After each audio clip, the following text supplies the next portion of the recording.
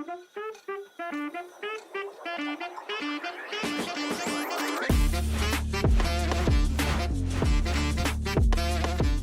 everybody, it's Libby again with Fearlessness, and we have an amazing guest today. Amber, why don't you go ahead and introduce yourself?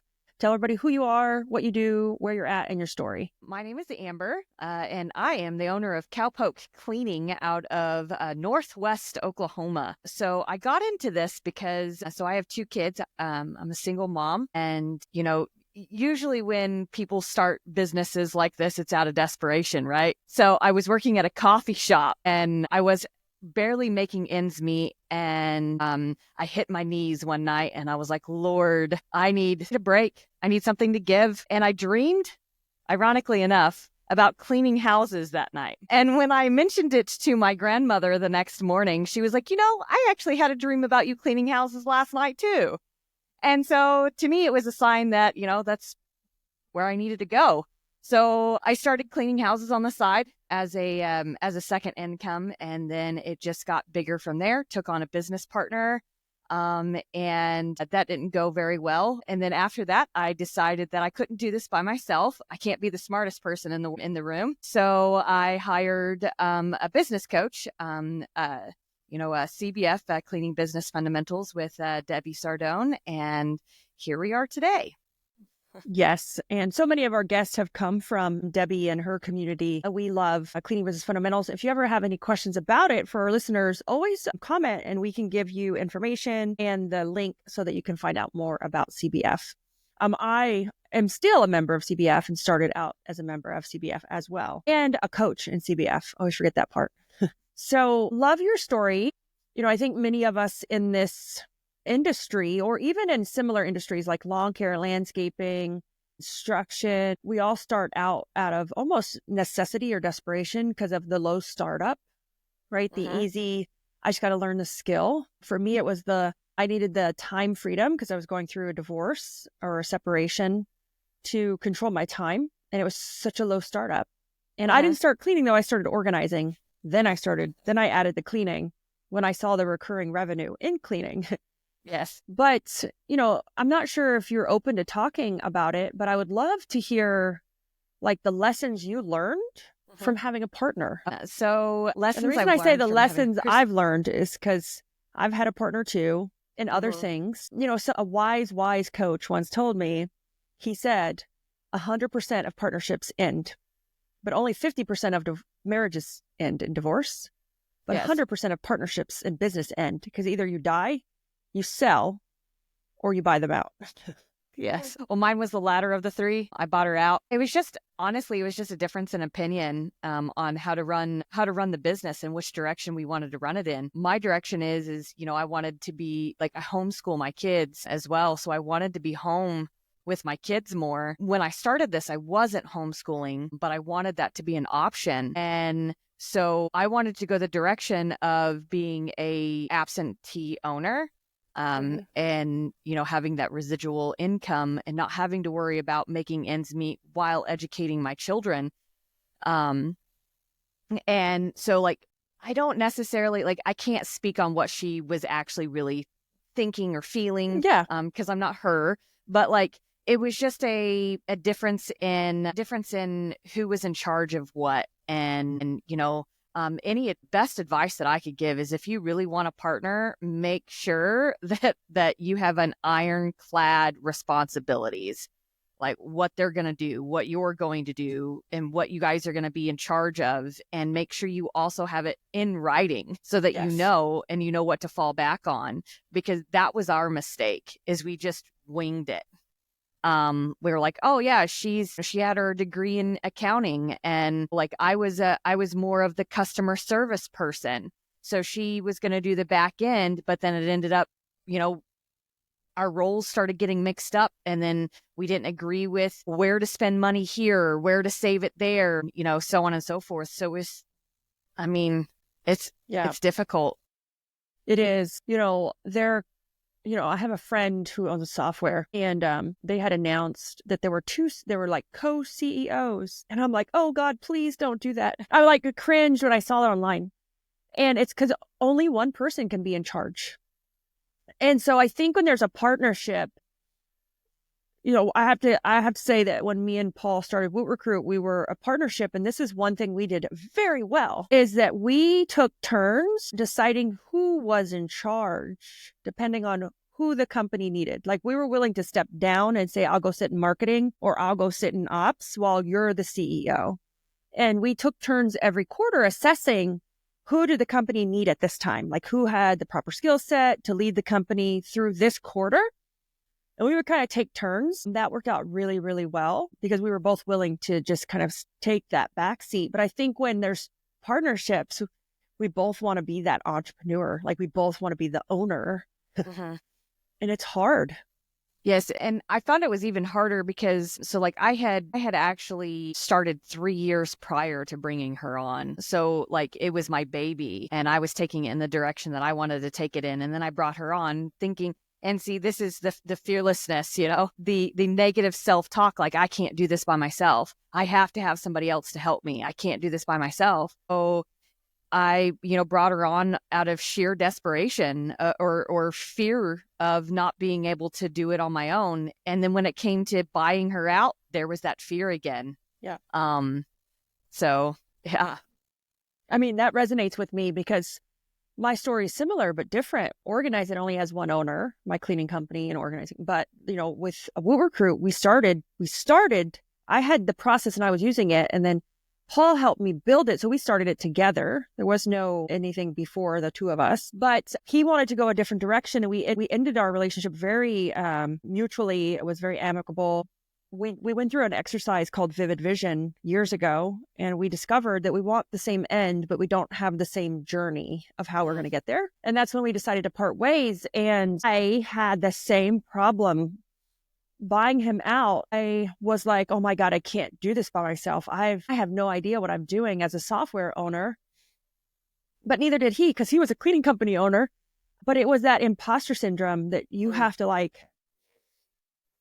put on your, they say that you're a big boy or a big girl britches, and I'm from Oklahoma too. And, you just got to put on your big girl panties and do it.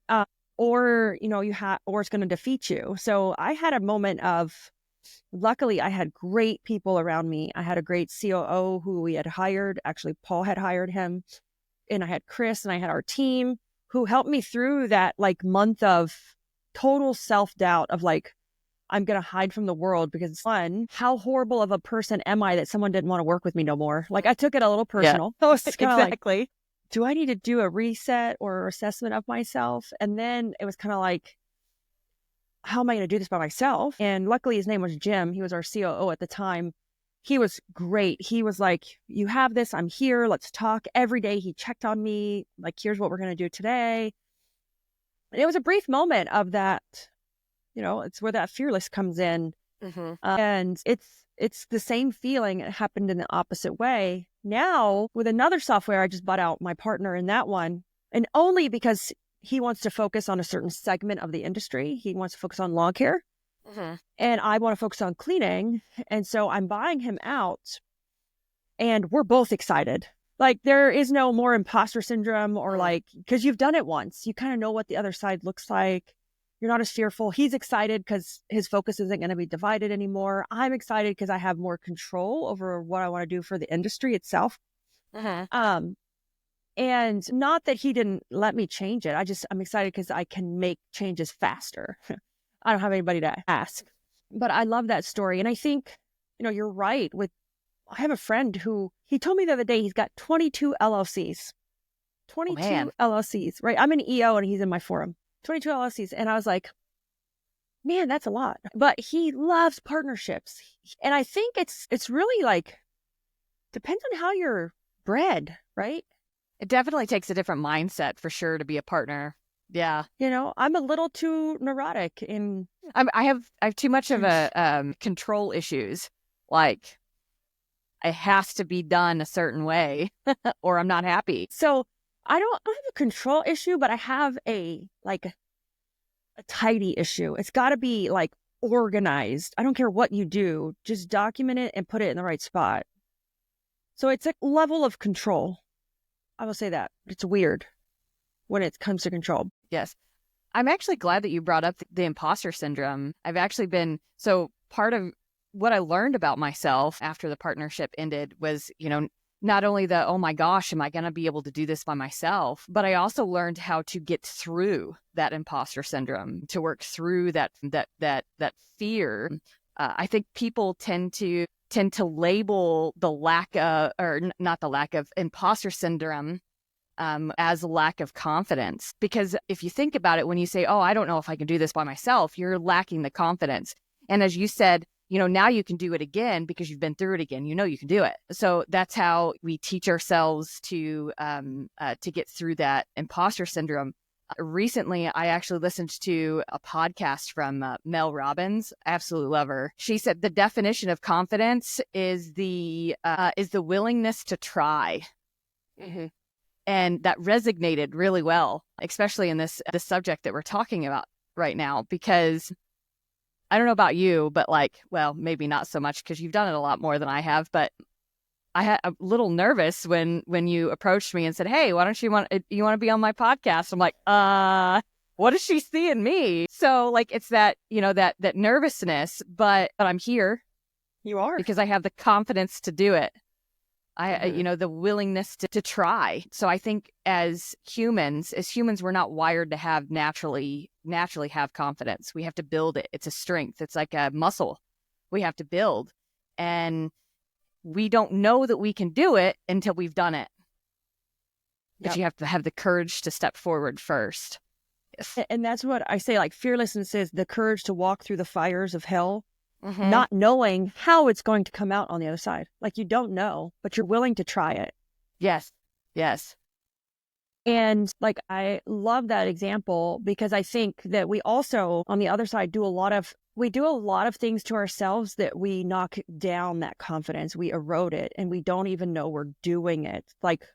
Not holding ourselves to certain commitments because we're the first person we're the first person we would let down is ourselves versus somebody else. And you're like, oh, I'm going to start that diet tomorrow. Or, oh, I'm going to go to the gym tomorrow. Or, hey, I'm going to work on this project tomorrow. And then you don't do it. And you just say, oh, nobody knows, nobody's watching. But I think what's more impactful is how that slowly chips away at our self-confidence. Mm-hmm. And we don't realize it. And then we wonder why, we're down and we wonder why we're in a rut. And I think it's just that small erosion over time that we keep, it's like we're self-sabotaging and we don't even know it. Yes. I've spent the last year learning about myself. That breakup with Paul really shook me because it was a partnership. I truly valued him and having him. And there was a statement that Jim, my COO, had said to me. He goes, businesses with one founder typically struggle. And this is something that our cleaning business owners need to hear. And I'm like, but why? I don't understand. And he gave me a book, and it was a COO book. I'm sorry, it was a SaaS book. Mm-hmm. I'm trying to find it because I have all my books up here.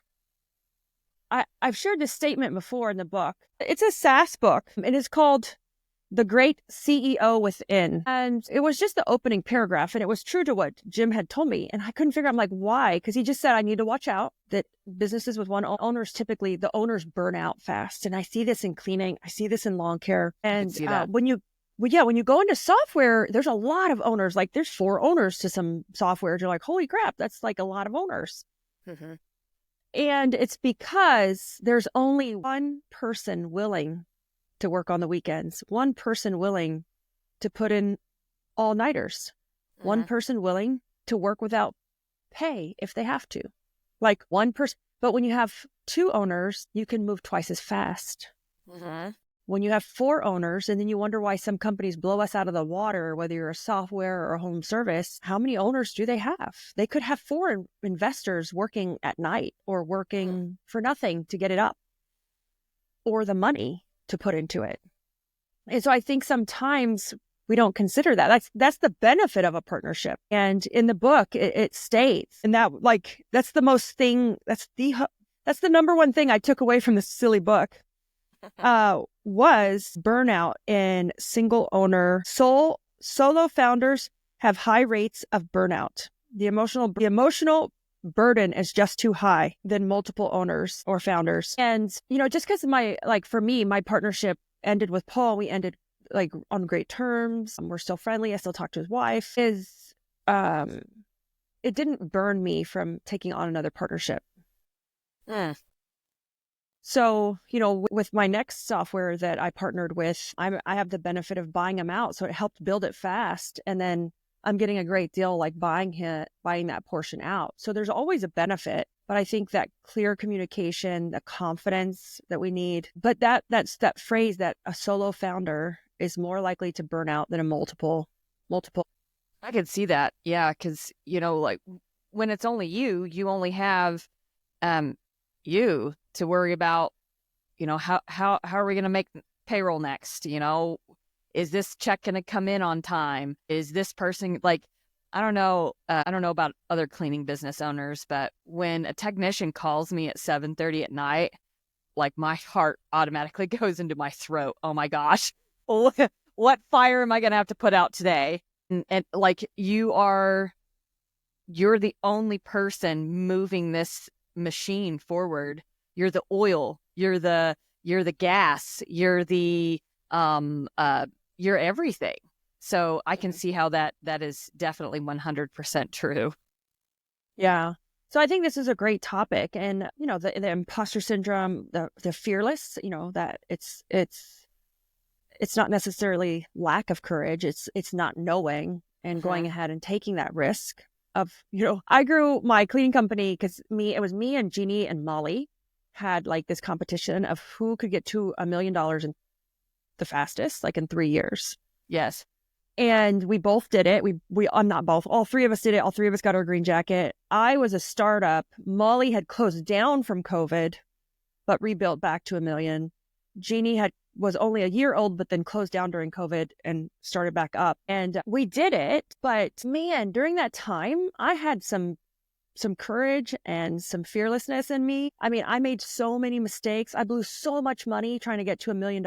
I mean, but I made it to $1 million. Don't ask me how great the profit was because I was just feeding it back into the business, trying to get to $1 million. And it's crazy to see like how much you're willing to risk because my husband had a career. And so the money wasn't so dependent on me. But now, because of COVID, my husband lost his job, right? And now he works for the company. Now my mother works in another company. My son works in one of the other companies. And I operate much more like reserved sometimes when it comes to those big decisions. Yeah. Well, I mean, it's just, if you're the sole owner of the company, I mean, you have family that work for you. I don't have family that works for me right now, but your employees are like your family. Mm-hmm. They are dependent on you to put food on their table. Like that's the most stressful part about being a solo owner is you're the only one that's carrying this burden. Mm-hmm. And like people don't, especially employees, they don't understand the strain that it puts on you. And so like I'm just laughing because of some of the conversations I've had this week. Yes. The chaos that they cause, and they don't even understand the amount of stress that they cause you. And I mean, if there's one thing that I could tell an employee, it's to if you want your boss to treat you like a human, treat them like humans too. We're not robots. We have feelings. No. And we're not. So I put out a reel, I think it was last week or it was this week, about how like all of our friends and family think that we're rich and we can do whatever we want and that like money grows on trees because we're a business owner. And then I had a very direct, passionate meeting yesterday with one of our leadership teams for one of the businesses saying like, hey, if we're giving raises in 2025, we're going to have to assess a few things because some of your departments have hit budget, like capacity of the budget you got to raise revenue first. And I said, I haven't given myself a raise, and I haven't. One of the employees goes, but you're the $1 million owner. And I said, if you think I'm a millionaire, you don't know who I am at all. Just because my revenue says it's $1 million does not mean I make that. No. And I was just like shocked, and I was like, I have to go back and assess like who they think I am. And, the burden, and I don't think people see it. A great example is the cleaners came to clean our house today. And on my kitchen bar, I have all these papers spread on the bar. And I told my husband, I said, oh my God, I don't want to touch them because I'm in the middle of something, but I need to pick them up for the cleaner. And I said, Chris, This is exactly what entrepreneurs have to do, and nobody sees this side. In order, it was the IRS, the state, the county, right? Yes. A wage garnishment judgment, an attorney, because I'm going to the attorney for something. In that order, it was like the state. No, sorry, it was the IRS. But it said that I actually had a credit. So I was like, that was a good IRS. But I got to still check on it and give it to the accountant. Then it was the state. And I have multiple locations. So it was like the state of Oklahoma, the state of Florida. And then it was the county for something else with the county. And then again, it was a wage garnishment judgment. And I'm like, I don't even know how to do this. Can I give it to the accountant? And then it was like some attorney papers. And I told Chris, I'm like, this is exactly the stuff that nobody sees that takes forever. It's super stressful. Yes, I have an accountant. And yes, I have an attorney. But I'm like, I still have to gather all that stuff for them. Am I going to send it to them? Am I going to send it to them? I got to email it. I got to take screenshots. I got to put it in the Google Drive. I'm like, this is what I spend my day with. If I could actually just do work, I'd get more work done. Yep, exactly. Like the paperwork's the holdback. Like I'm sitting right here next to me. I have a stack of paperwork that needs to be filed. But who has time for that? Yes. So, I think there's a lot of behind the scenes that our employees don't see. And I learned that firsthand yesterday in the meeting that we had. I may own multiple businesses and may whatever people can think that they see me online. But like in that meeting, I generally got my feelings hurt because one of the employees said that they were scared of me. And I told my husband, I'm like, I don't know if I should take that as a compliment or an insult, but people have a hard time with business owners because we're so open and honest and direct sometimes because of the level we communicate at or at the speed we need to communicate at. Yes. And I was kind of like, well, I'm not sure how to take that. So I'm going to take that back and think about it. So, it's just those entrepreneur struggles that people don't see in real life, that your employees have a misconception about you. Even if you're so open and so honest and so available, they still have a misconception about you. Yes. Yeah. I'm currently struggling with, I have whatever aurora or vibe that I've given my employees. I've given them the illusion, not necessarily the illusion, but the feeling that they can talk to me however they want to talk to me. So like sometimes they're super rude. And so you're over here. I have the opposite. Yeah. You're over here. Your employees are like, oh my God, I'm scared of her. And I'm over here like, my employees are like, rawr. Well, I think it goes back to all of our hunts for that. And I call it mastery because it's like Michael Jordan. He was after the chase of mastering basketball, the sport, right? And you're never going to hit 100% of your shots. Like no one ever had 100% shooting average. Mm-hmm. And I think that business owners, for us, it's the same chase that we're like chasing that mastery of how to be that leader. Mm-hmm. Right. And what is that leader? Everybody's different. And I'm trying to find the balance of like, they're scared of me, or is it a level of respect that causes fear? Because after that, I was like, okay, well, we need to have some one-to-ones and some meetings because either I got to step down if they're that scared of me because there's no collaboration, there's no openness, or is it kind of deflecting other issues that may be going on personally? Mm-hmm. But I've had, then it's on the other side of it. It's like, I tried so hard to be a great boss that now they're too open. Yep. That's where I'm at. I'm trying to be too much of a great boss, and now they're too open. So I told my husband, I said, well, this could go either one of two ways. If they're scared, I could scare them even more and just go off the deep end. I mean, that's not right, but it might get some results. Yes. Not the results you were looking for, but yes. No, it goes one of two ways. Like you have to okay, I could just keep going with this, or kind of just reassess my positioning in the company and see am I the best person to be leading right now? Mm-hmm. Yes. And willing to kind of take a back seat and let somebody else be in charge. That would not hurt my feelings. Nope. I often say that one of the things that I wish that I could hand off right now is dealing with the employees every day. It's not that I don't enjoy my employees. It's not that I don't enjoy getting to know them on a personal level. like most of, especially in what I have found in the service industry, we tend to be empathetic and wear our hearts on our sleeve, and we just want to please everybody always, all the time. So it's really hard to be that that good guy, the good boss, and the bad one, or the hard boss, that is sets the rules and the boundaries and sticks with them. Like it's a constant struggle. Like it's hard for us. It is hard. And there was a great conversation going on social media right now about empathy. One of our friends actually posted it.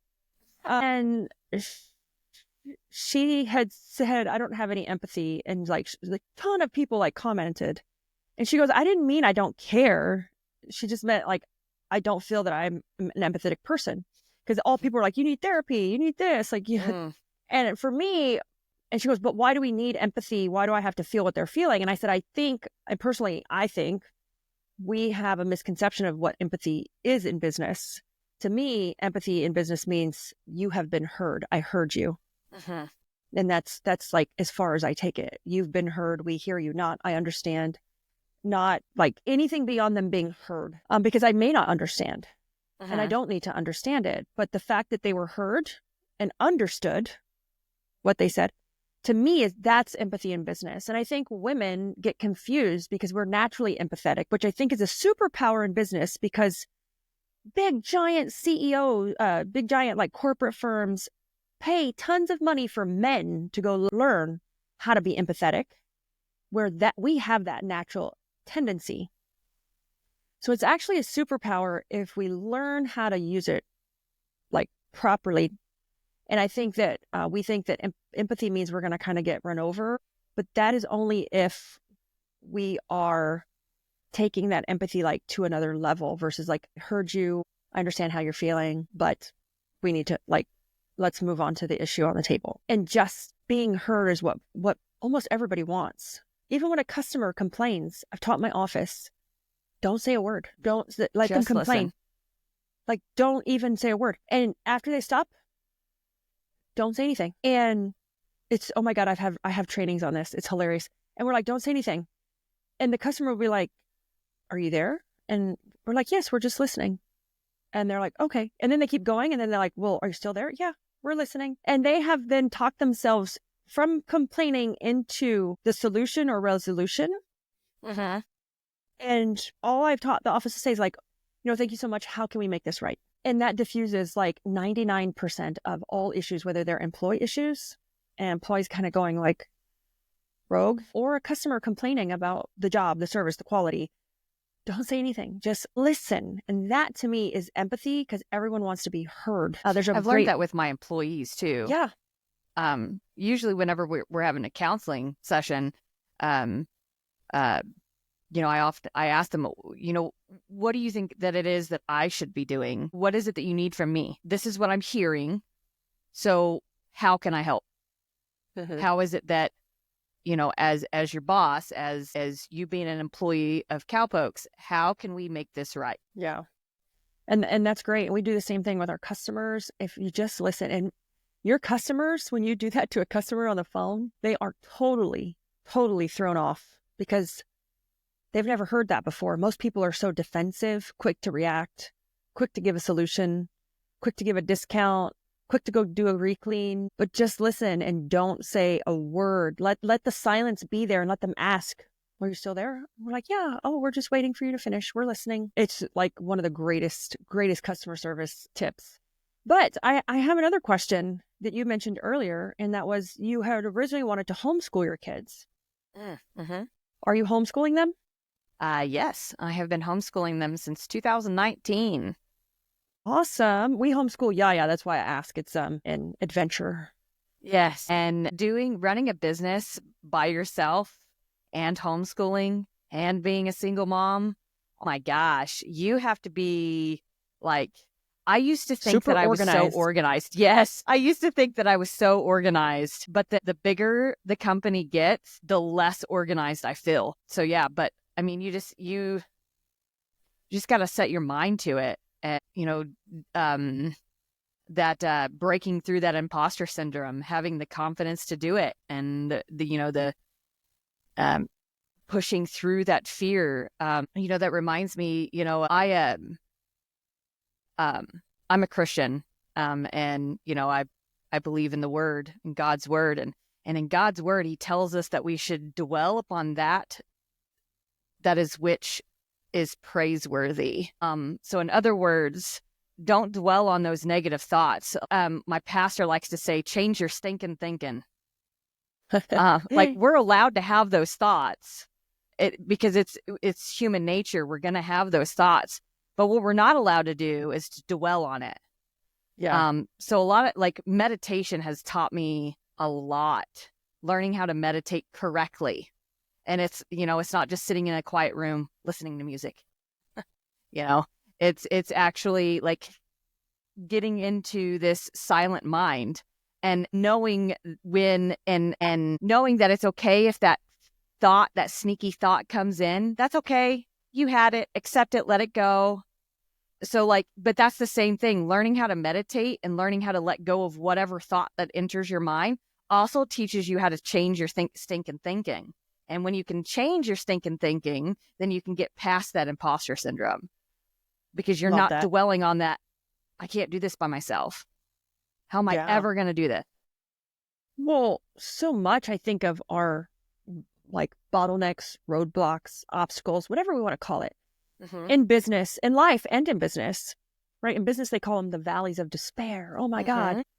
And it's all your mindset, because you had a certain mindset to get to one spot, and now you need to change the way you think, your mindset, to get to the next level. And it has really nothing to do with your marketing or your hiring, or it's your mindset and how you approached those things or how you did those things. And so I think that that's great. I'm a big fan of the book, Think and Grow Rich. And it's all about mindset. The whole book is about mindset and how successful people think and how they position themselves, because that goes back into not just meditation, but manifesting. And a lot of people can't do it. It was hard for me to do it, because manifesting is thinking proactively positive thoughts about what I'm going to do as if I did it. Yes.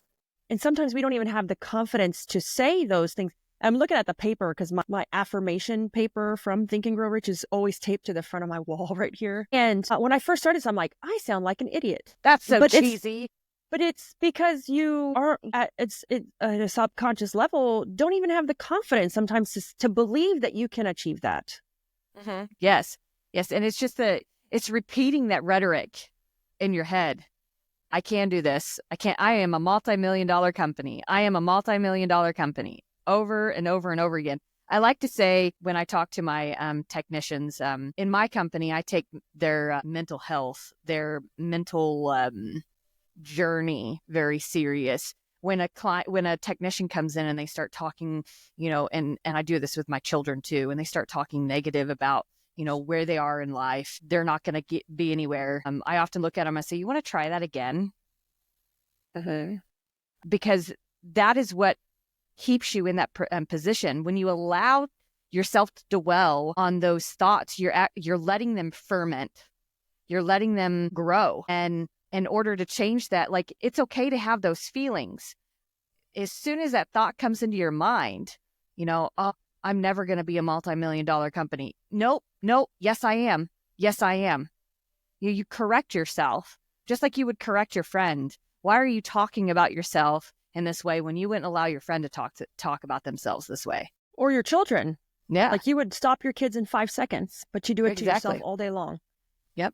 You want to rephrase that? Because I don't think that's true. Yeah, I love that. And I bet a lot of people wouldn't do that, as in stop somebody in their tracks when they say that and say, hey, why don't you rephrase that? Is a great, that's a great teaching moment for your technicians, for your children, even for your friends. So I'm so happy that you were able to build your company. Now you can homeschool. What's your favorite part of being a business owner and homeschooling at the same time? Oh my gosh. So going through this journey, and I'm not done with it yet. I still struggle with maybe I should put them back in school.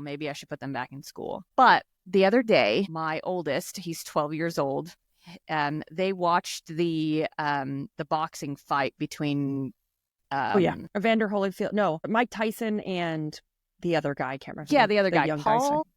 Paul something. Yes, that Paul. sounds right. May be wrong, but anyway. So yes, so they watched that boxing match, and then afterwards, my oldest sat down behind me the other day, and he wrote up a contract, and like it had like bullet points, like this is what both parties are responsible for. This is what this party's responsible for. And like, what 12-year-old knows that isn't exposed to an entrepreneurial or a business owner every day? He answers the phone for me when, like, if I'm on the phone with someone else, he'll come over, Cowpoke Cleaning, this is Jaden, how may I help you?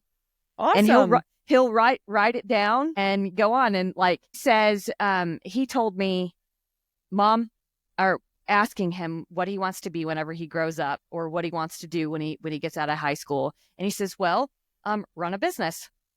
That's great.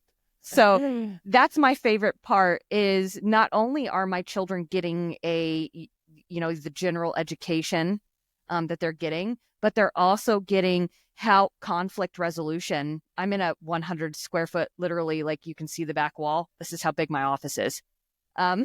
So they're in my office when I am counseling my employees. They're in my office when I'm hiring, when I'm interviewing, when I'm making phone calls, dealing with that difficult client. So they're also learning how to deal with these things as well. So they're getting a leg up in the entrepreneurial side of things, as well as their general education.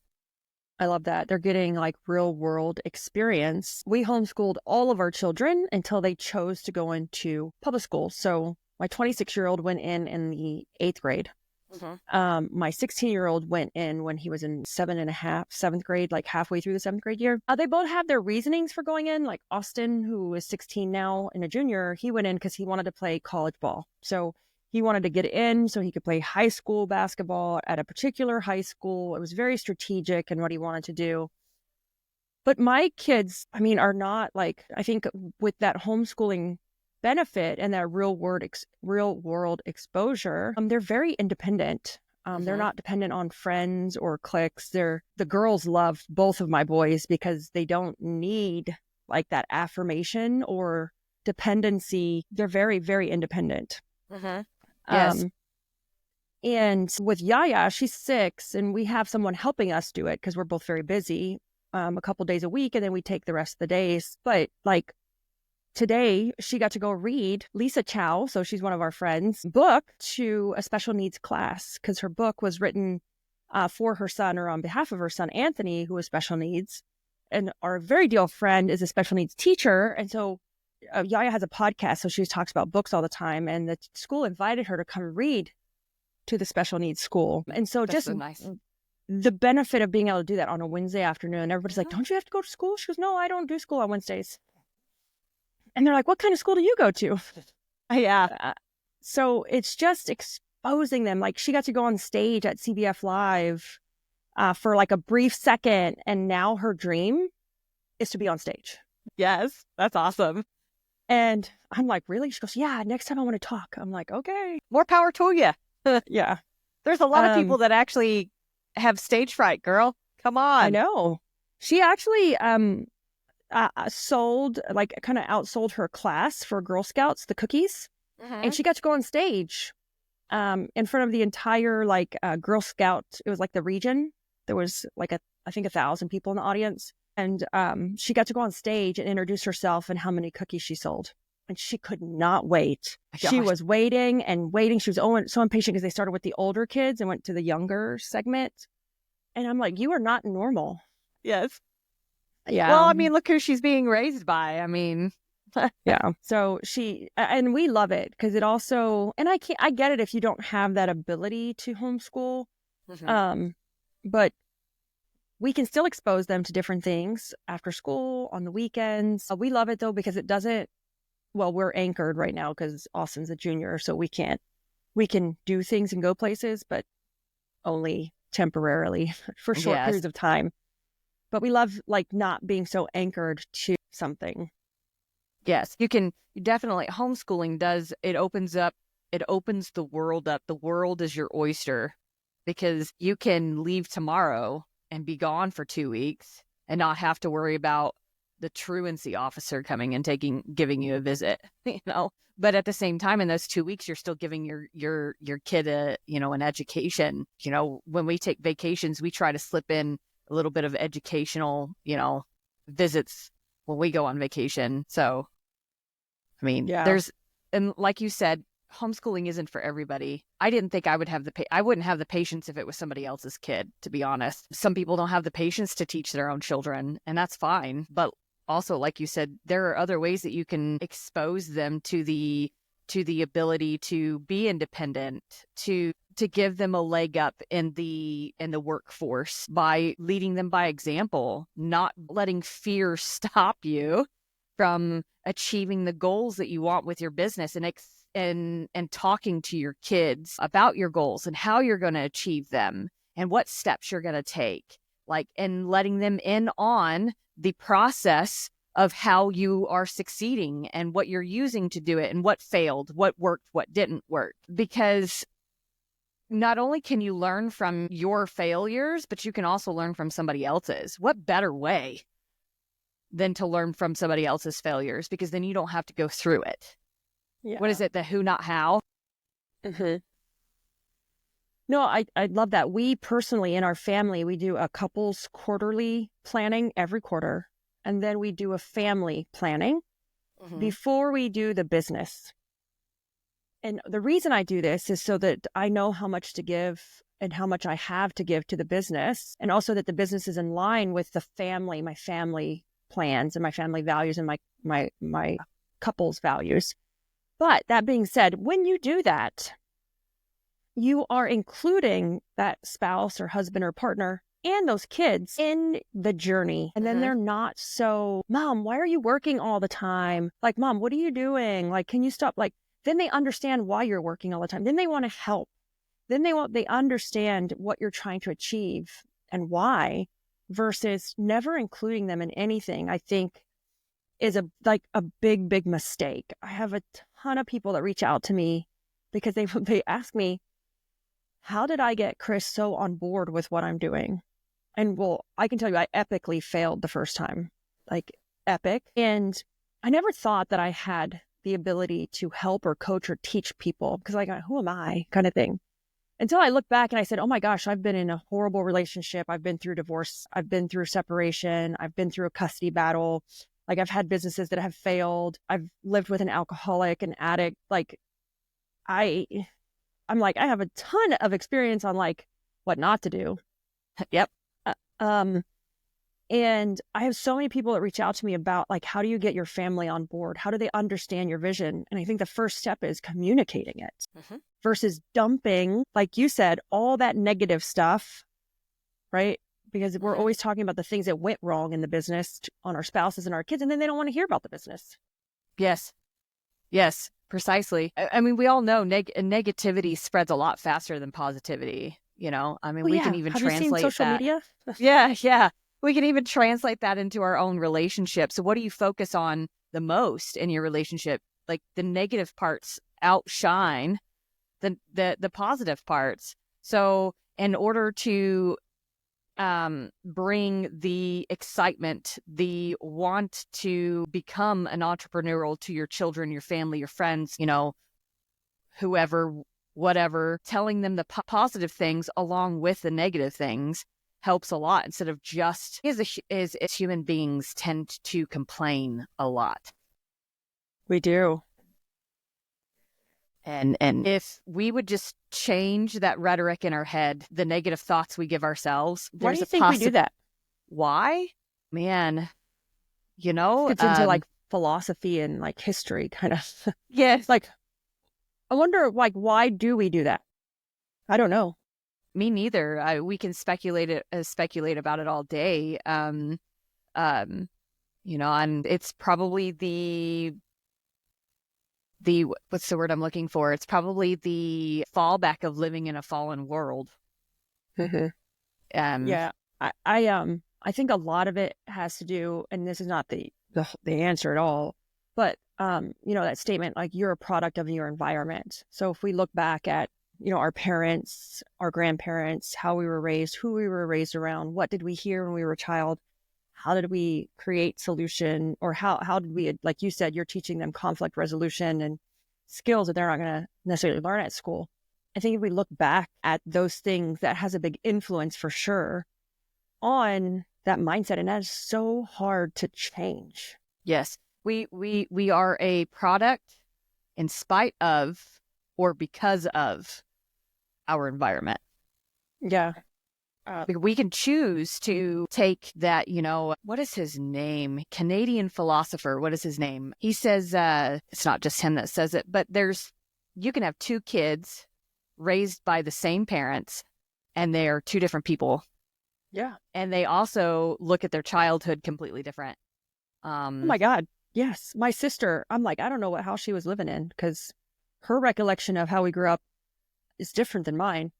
And I'm older, so I would think I would have so here's the other thing that goes into that. This is like super deep, and we're coming up on the hour, but we rewrite our past in our own head.